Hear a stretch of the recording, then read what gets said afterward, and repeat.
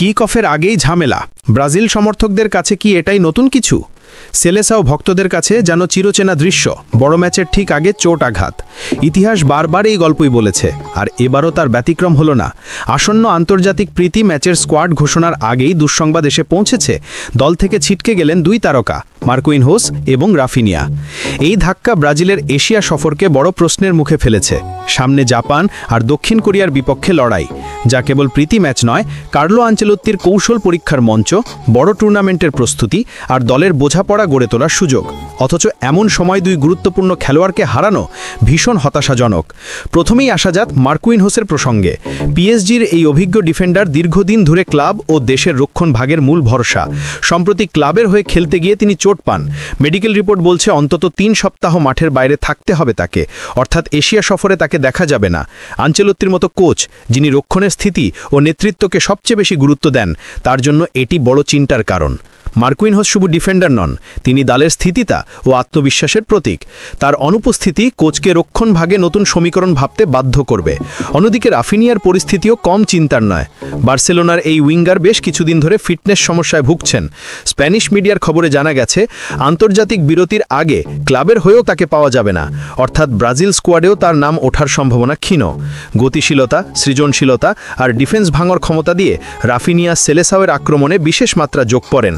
Vinicius junior আর রদ্রিগোর সঙ্গে তার বোঝাপড়া দলকে বারবার বাড়তি সুবিধা এনে দেয়। তার অনুপস্থিতিতে আক্রমণ ভাগ অনেকটাই একঘেয়ে হয়ে যাবে। তাহলে কি হতে চলেছে?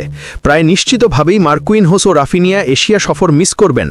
এখনও ব্রাজিল ফুটবল কনফেডারেশন আনুষ্ঠানিক ঘোষণা দেয়নি, তবে নির্ভরযোগ্য সংবাদ মাধ্যমগুলো ইতোমধ্যেই এটি নিশ্চিত করেছে। ফলে স্কোয়াড ঘোষণার আগেই সমর্থকদের মনে হতাশা ভর করেছে। আঞ্চেলোত্তির জন্য এটি কঠিন সময়। তিনি এখনও 2026 বিশ্বকাপের আগে তার সেরা একাদশ গড়ার কাজ করছেন। প্রতিটি ম্যাচ তার কাছে পরীক্ষার মঞ্চ। অথচ দুই প্রথম শ্রেণীর খেলোয়াড়কে ছাড়া কৌশলগত পরিকল্পনা এগিয়ে নেওয়া অনেকটাই অসম্ভব। রক্ষণভাগে মার্কুইনহোস না থাকায় এডার মিলিতাও, গ্যাব্রিয়েল মাগালাহাইস কিংবা নতুন প্রজন্মের তরুণদের সুযোগ মিলতে পারে।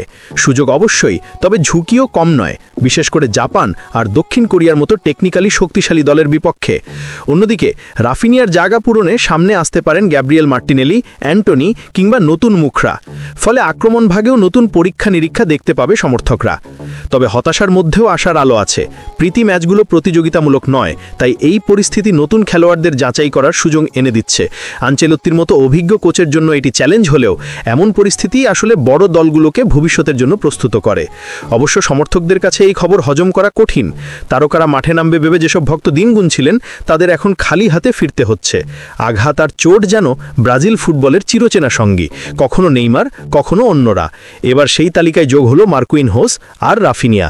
শেষ পর্যন্ত এই মুহূর্তে নিশ্চিত একটি বিষয় হলো, চোট ব্রাজিলকে আবারও কঠিন পরীক্ষার মুখে ফেলেছে। তবে ফুটবল এমনই, অপ্রত্যাশিত, নাটকীয় আর সব সময় চমক ভরা।